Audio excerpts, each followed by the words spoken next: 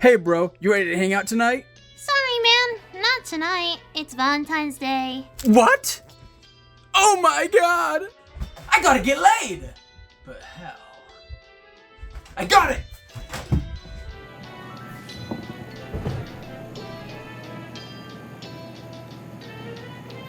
That's right boys, we're back, and more aroused than ever. I can't be stopped. Conception, Please Give Birth to My Child, released in 2012. On the horniest console known to man. You go on dates with women, you birth kids, and then you take those newborn babies and put them into a dungeon. So obviously we never got this game in America, so that's why I have this. And your cousin is the main love interest. The plan has not changed. Conception 2, Child of the Seven Stars, released 1 year after Conception 1. And this one did come to America, but on the second horniest console, the 3DS. On the Vita too, but no one cares about the Vita. I was 15 at the time, so I have been groomed by a 3DS game, yes. But it came with a soundtrack. Okay, I'm gonna explain why, so you don't think less of me, or my parents. In 2013, Nintendo had a promotion where if you got both Fire Emblem Awakening and Shin Megami Tensei 4, you would get a $30 eShop credit. And I really liked Awakening, so it made me get Shin Megami Tensei 4. And that game is pretty good. So good, in fact, that after Shin Megami Tensei, I bought every 3DS Atlas game I could find. And pretty safe to say, No! I was a little bit off. But also, having a game where you make kids and go into dungeons is such a stupid, amazing idea. So I still kinda wanted it. And Conception was the game that made me realize publishing and developing were two separate things. What do you mean Nintendo didn't make this? The developer of the series was a collaboration effort between Spike Chunsoft and Chime. You guys ever get turned on by a logo? Our new logo. Fuck! Okay, so what games have they made? Our new game. Fuck! Mahjong porn. I should have known. If you haven't seen my first video on Conception 1, don't worry about it, it's old, and it's banned in Russia.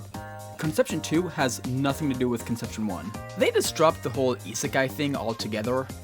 But instead, you're the new kid at school, but suddenly monsters attack. Woo! Oh, Jesus. You kill it and you get friends. This is Fuka and Klotz, and now they owe their life to me. We get to the school where we learn that it's made as a training grounds for people that have these marks on their hands. Having these marks lets you produce ether, which is needed to kill monsters. I'm not really sure what all it does. The game doesn't really tell you. Best comparison I can make it to is Aura from Hunter x Hunter, but you can also use it as a currency for like a vending machine. We don't get to use it, we still have to use money. But more importantly, the ether lets us fertilize the cell from a male and a female egg, resulting in a what?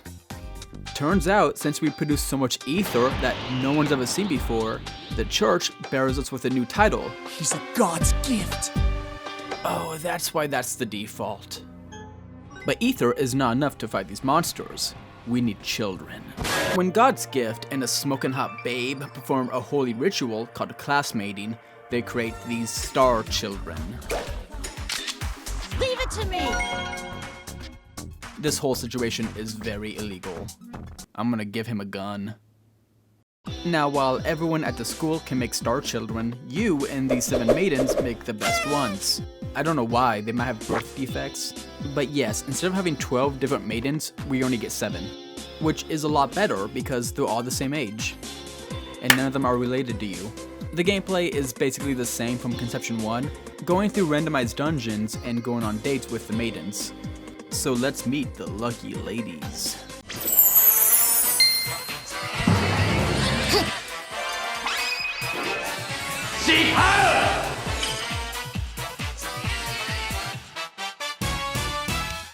Fuka is more like the flagship character. She's down to earth and acts like the childhood friend, except you just met. Look at those. Narika is the class representative who's shy and keeps to herself. Look at those. Ellie is very energetic and also, Serena is a short tsundere. like down to a T. Whoa, I hate to be that guy. Chloe Genius, that's her name, because she's smart, is like the gifted child who's also a teacher, but you guys are the same age, which is a lot better than Conception 1. Tori is, You're looking for me? Why are you looking for me? I was told that I'm not supposed to follow strangers. I want to buy it, but I don't have any money. Looking at it is satisfying enough. I don't feel comfortable. We'll come back to her. And lastly, Feeny, the perfect child, everyone loves her. Tall. Dude, everyone has gigantic foreheads. Each one of them have different stats, and the class of that child has to be within those areas. So you can't make a paladin with Serena until you grind with her. With the increase of dusk circles spawning just all over the place, we need to put a stop to that. And the only way to do that is to make up 3 teams of 9 kids. I am so sorry, Ellie. Oh, so that's what he's planning. And it wouldn't be a sequel without a new feature. Bring the mom with them. And honestly, this changes so much of the game. Inside of a labyrinth, if those kids are with their mom, they get a slight boost, as well as making the main character the same element as them. This game does have an elemental system, but I'm gonna be honest, it really doesn't matter.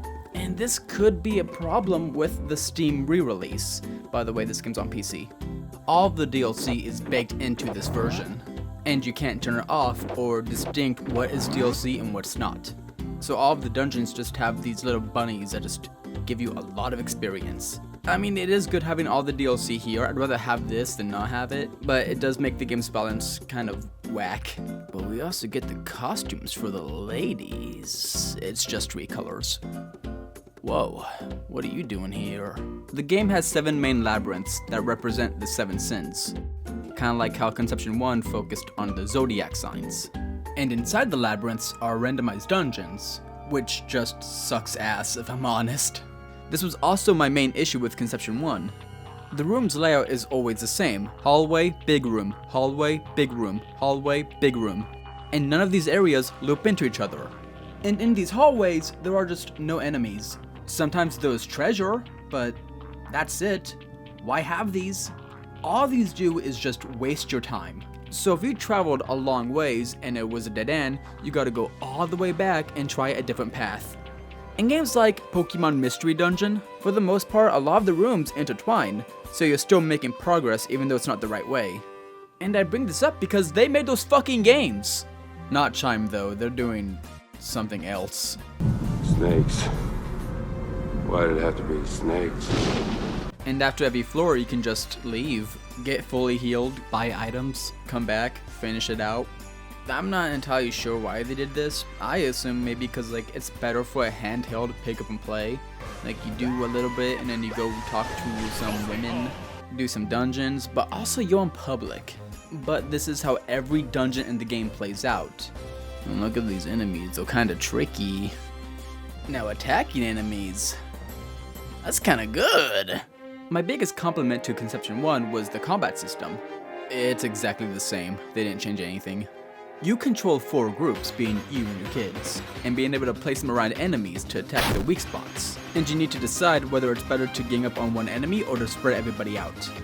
Attacking an enemy from behind also leaves my back open for the next enemy.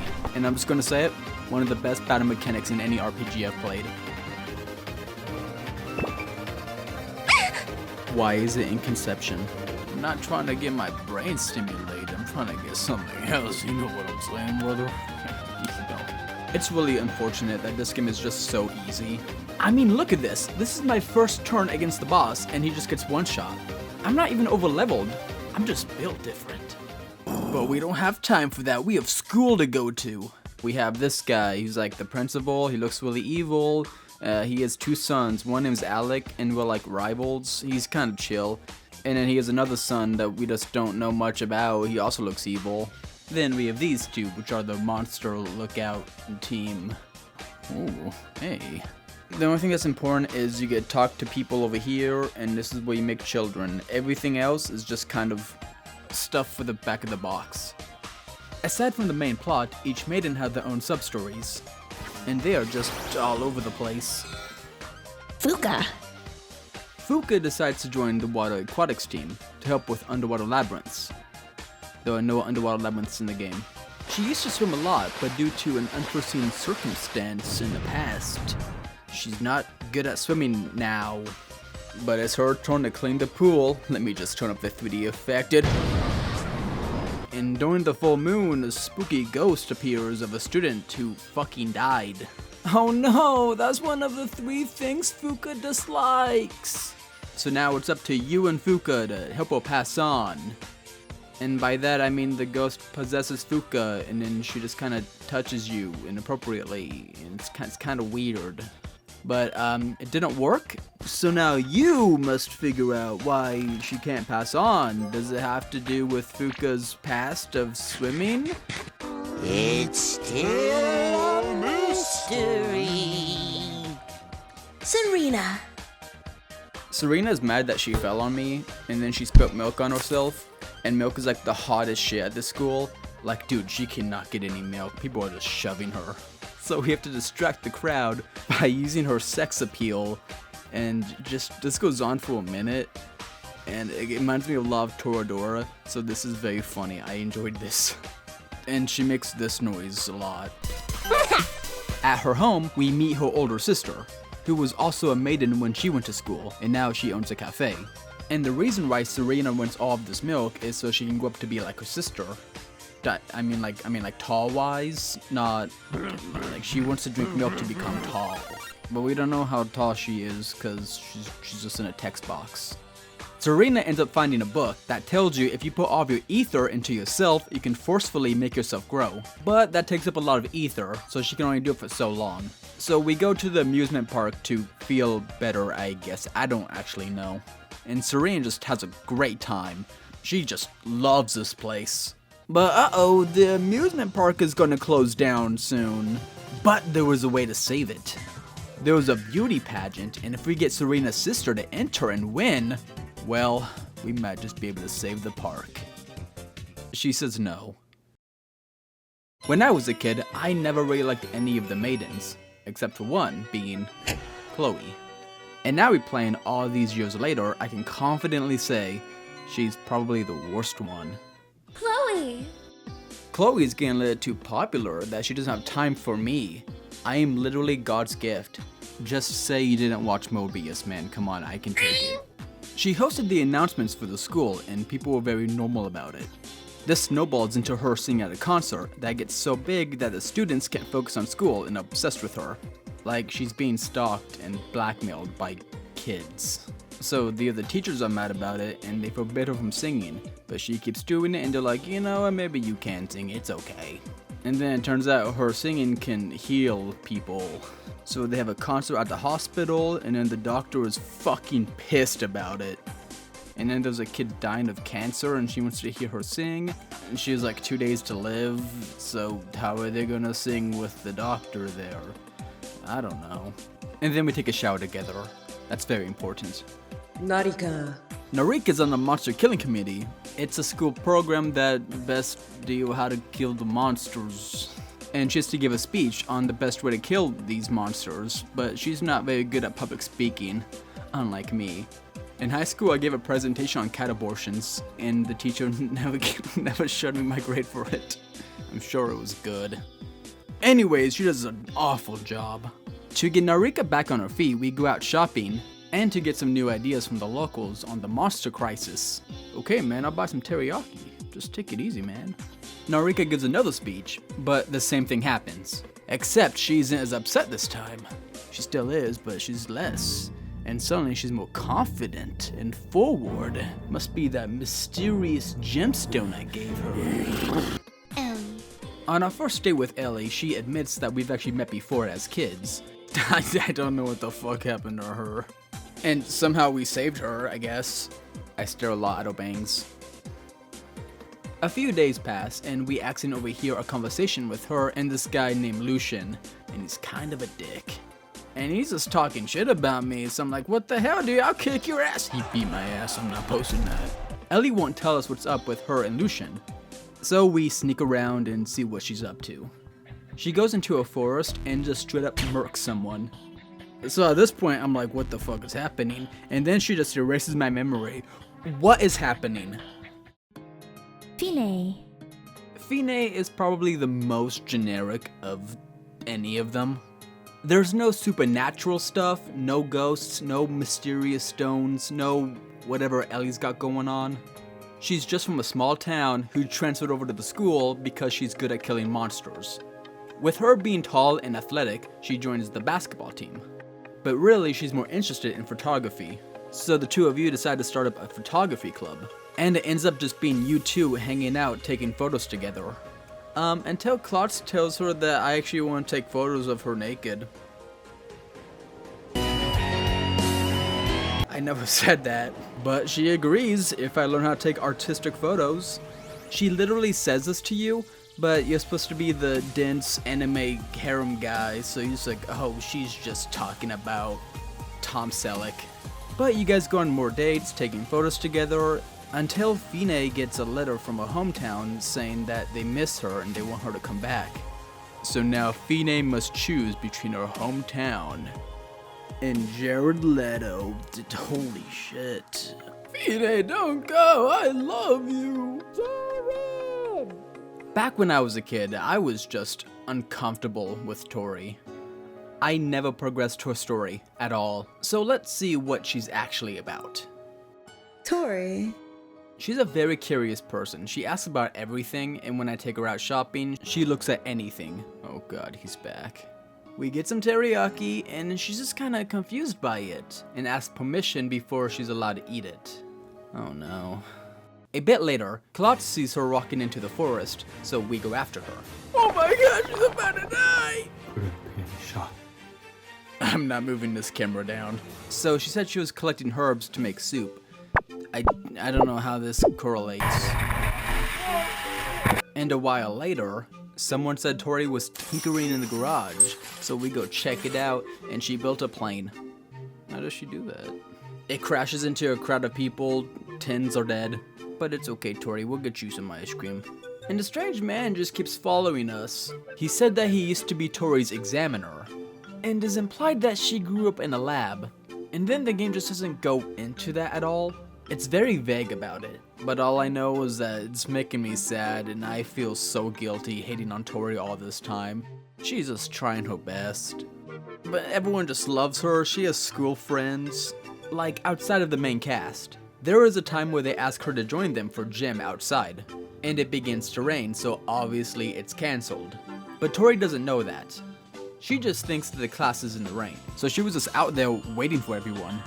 And everybody just ran outside to help her. It was beautiful, man. I love Tori so much. That's my daughter. I don't want anything bad to happen to her. Still not classmating. And now it's time for the beach episode. Woo! Yeah! Yippee! Waha! And one of my favorite things to look at a game like this is just all the voice actors. It's kind of funny. I think they did a pretty good job. I think so. Sounded good to me. Now, the actual main plot has kids turning into monsters. These two evil twins that... You're all so weak. Did you get all that, Roos? It was amazing. You got me all excited. God damn it! And kids doing drug deals in school. Riveting. This game does have more to it, but I'm gonna be honest, I've been working on this video for well over a year. It was supposed to come out on Valentine's Day of last year. I just kind of fucking hated working on this video. That's a lot of hours for me to give up halfway through. The PC version just kind of freaks out and it's really hard to fix and it's stupid. Like, the game itself is fine. I enjoyed it. I just wish it wasn't made in a year. Some other things I want to mention is that the 3DS and Vita versions have classmanting, which is like on Wi-Fi, you get a classmate with other people's main character. That's right, we got unlockable gay sex feature, boys. But they don't show anything, just the arms. What's the matter, white boy? Afraid you might discover something by yourself? Another thing I haven't mentioned is that there are secret kid classes they have to like unlock by doing weird specific stuff in dungeons. Ellie's whole story is, I'm pretty sure, a reference to ReZero. I'm not gonna say how, but the Conception series and ReZero share the same artist, Shinichiro Atsuka. And a lot of the artwork is pretty good, except that one. I don't like how she looks. Those cool references to the previous games and also in the anime of Conception 1, look, this Fuka, and then in this Switch game, this Conception 2 opening, that's kind of lazy, but I do like this opening, so it's okay. This game didn't make me better with women. I actually think it made me worse because I kept trying to touch the face. They don't really like that. But I got other stuff to work on, so if you like this video, subscribe please, I'd appreciate it. I have other things planned for the future, nothing story-based anymore because look at this. Unless they make Conception 3, but they won't because it's looked down upon. Okay, bye, love you!